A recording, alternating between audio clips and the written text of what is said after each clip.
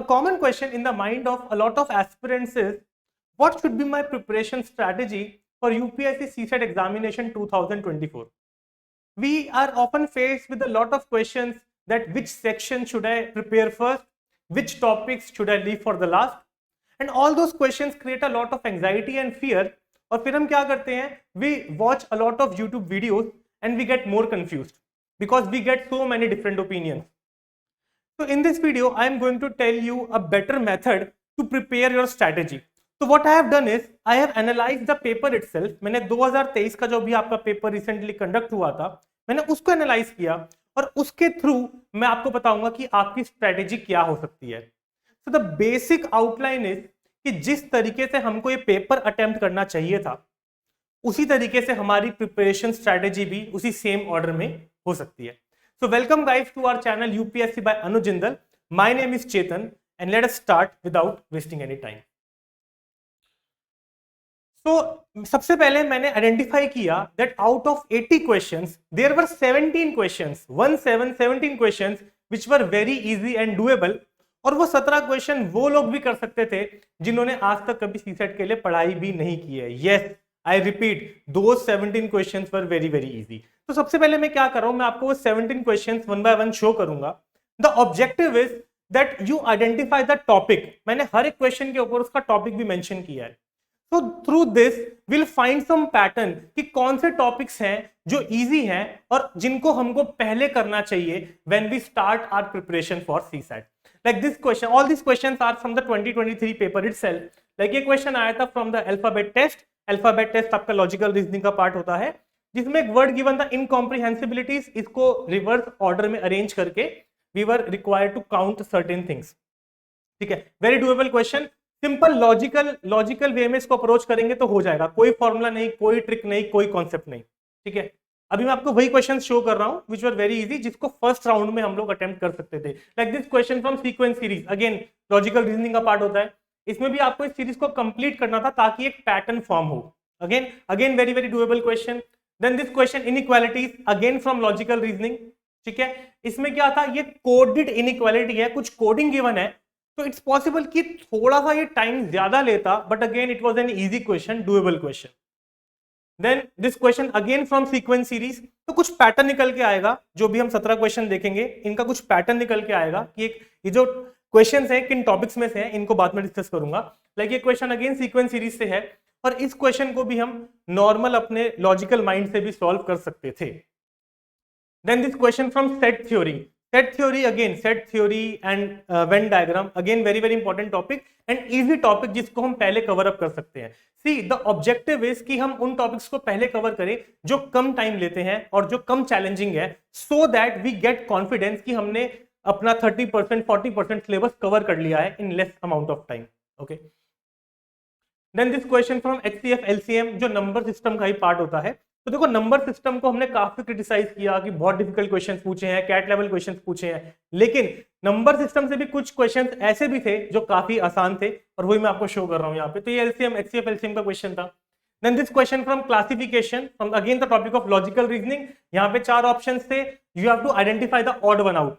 तो सारे के सारे प्राइम नंबर्स हैं, बस 91 प्राइम नंबर नहीं है. Okay, so this was again one easy question, doable question. Then the question from blood relations. तो लॉजिकल रीजनिंग के कुछ टॉपिक्स होते हैं like directions, blood relations, coding decoding. These topics you should cover first in your preparation because ये जल्दी cover हो जाते हैं, right. Then order and ranking question from there. Then coding decoding के जो क्वेश्चन आए थे, 2 क्वेश्चन आए थे, दोनों बहुत आसान थे. ओके. देन नंबर सिस्टम के कुछ क्वेश्चन थे रिमाइंडर थ्योरम से, और भी कुछ क्वेश्चन थे जो डायरेक्ट लॉजिक से ऑप्शंस के थ्रू हम सॉल्व कर सकते थे. लाइक ये क्वेश्चन था, इसमें आप ऑप्शंस एलिमिनेशन के थ्रू इस क्वेश्चन को सॉल्व कर सकते थे logically, even if you are not aware about remainder theorem. अगर आपको नहीं पता रिमाइंडर थ्योरम किस चिड़िया का नाम है, फिर भी इस क्वेश्चन को सॉल्व कर सकते थे. Then this question from time and work. तो एरिथमेटिक के भी कुछ क्वेश्चन थे जो थोड़े से आसान आए थे पेपर में. ठीक है, लाइक टाइम एंड वर्क का क्वेश्चन था, एक सिंपल इंटरेस्ट कंपाउंड इंटरेस्ट का भी क्वेश्चन था. Like this question. अब ये क्वेश्चन भी बहुत डूएबल था फ्रॉम नंबर सिस्टम. अब इसमें क्या था, हमको 96 के अगर फैक्टर्स पता है, 96 से फैक्टर्स क्या होते हैं, 1 2 4 6 8, तो वो हमको काउंट करने थे बस.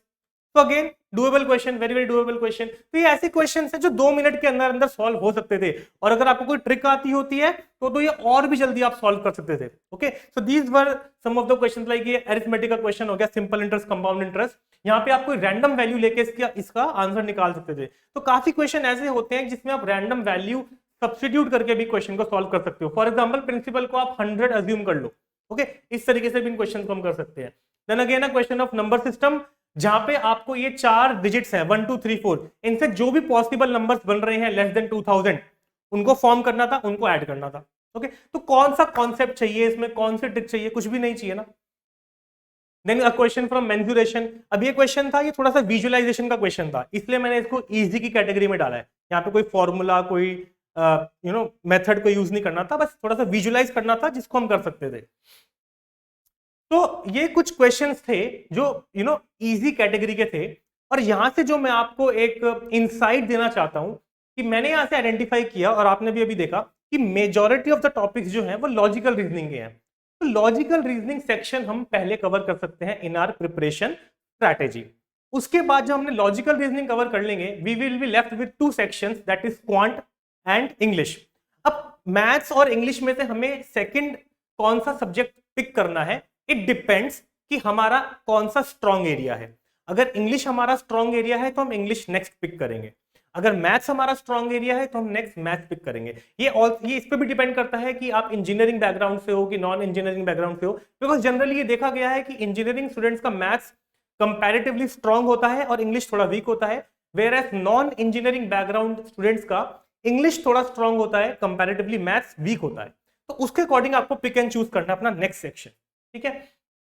और जैसा कि वीडियो के स्टार्टिंग में आपने टाइटल देखा होगा, स्कोर 80+, तो यस डेफिनेटली आप 80+ स्कोर कर सकते हो। मैं कोई आपको एग्जैजरेशन नहीं कर रहा हूं कि 80+ डेफिनेटली हम स्कोर कर सकते हैं। जैसे कि यहाँ पे मैं एक आपको आइडिया भी दे रहा हूं बेस्ड ऑन 2023 पेपर इटसेल्फ, ठीक है। तो मैंने आपको यहाँ पे दिखाया 17 क्वेश्चंस वर डुएबल।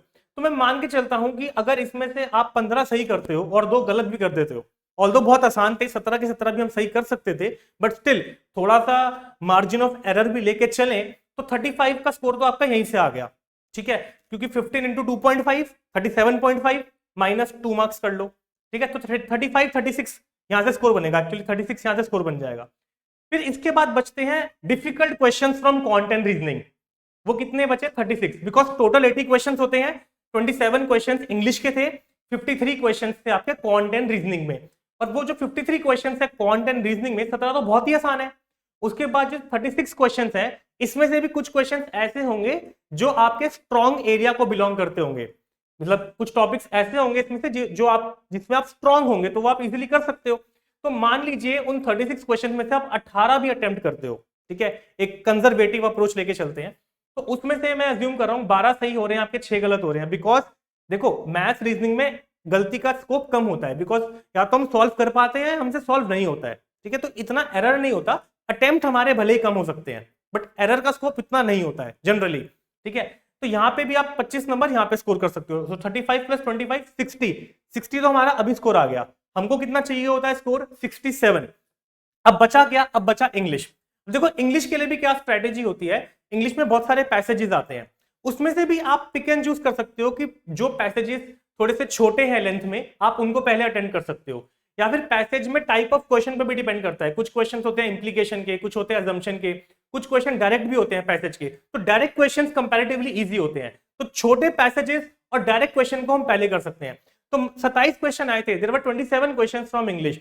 तो मैं मानता हूं 20 क्वेश्चन ही आपने अटेम्प्ट करे, ओके, बिकॉज मैं अज्यूम नहीं करता कि सारे क्वेश्चन हम अटेम्प्ट कर पाए ऑब्वियसली।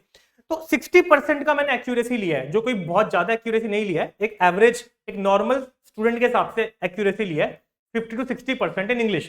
तो यहाँ पे भी आप 23 मार्क्स स्कोर कर रहे हो, और अगर आप अपना यहाँ पे स्कोर का टोटल करोगे तो आपके स्कोर का जो टोटल है वो 80+ डेफिनेटली जा रहा है, 83 यहाँ पे it is coming out to be 83। तो माय पॉइंट इज कि आप 80 के अराउंड स्कोर कर सकते हो डेफिनेटली। और इसमें मैं ये मैं उन कैंडिडेट्स के लिए कह रहा हूं जो बहुत ब्रिलियंट नहीं है एप्टीट्यूड में, एक एवरेज कैंडिडेट भी 80 स्कोर कर सकता है, बिकॉज जो बहुत ब्रिलियंट है वो तो उनके लिए तो मैं क्या ही बात करूं, वो तो इजीली स्कोर कर सकते हैं, they don't even require to watch videos, वो तो लास्ट के कुछ 1-2 महीने पढ़ के भी क्लियर कर लेंगे। तो the point which I am trying to make over here. अब यहाँ पे अगर आप नंबर ऑफ अटेम्प्ट भी देखोगे तो यहाँ पे 17 प्लस 18 प्लस 20, तो 55 क्वेश्चंस अगर आपने अटेम्प्ट करे हैं उसके हिसाब से मैंने स्कोर बताया। तो बहुत ज्यादा क्वेश्चंस भी मैं अटेम्प्ट करने की बात नहीं होती है। अगर आप 45 टू 55 के बीच में भी अटेम्प्ट करते हो क्वेश्चंस, प्रोवाइडेड आपकी एक्यूरेसी अच्छी है, तो आप डेफिनेटली इजीली 67 तो क्लियर कर ही जाओगे, 75-80 तक भी आप स्कोर कर सकते हो, बिकॉज हमको थोड़ा सा मार्जिन लेके चलना चाहिए। तो guys, this is it from my side for this video. I hope आपको सेशन पसंद आया होगा।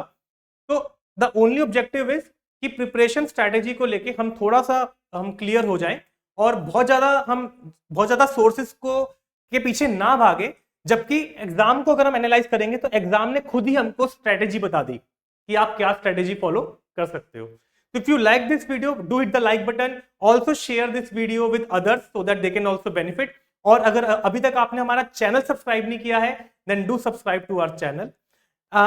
Then you can also call on our helpline number 9999466225 अगर आपको कोई क्वेरी है, if you want to know anything about the exam, about the courses which we are offering. So that's it from my side. All the very best, guys. I would like you to comment on this video. और अगर आपका कोई suggestion है, if you want me to make video on any other topic जिसमें आप problem face कर रहे हो, तो I'll be more than happy to make that video. So all the very best, guys. Goodbye, take care, and Jai Hind.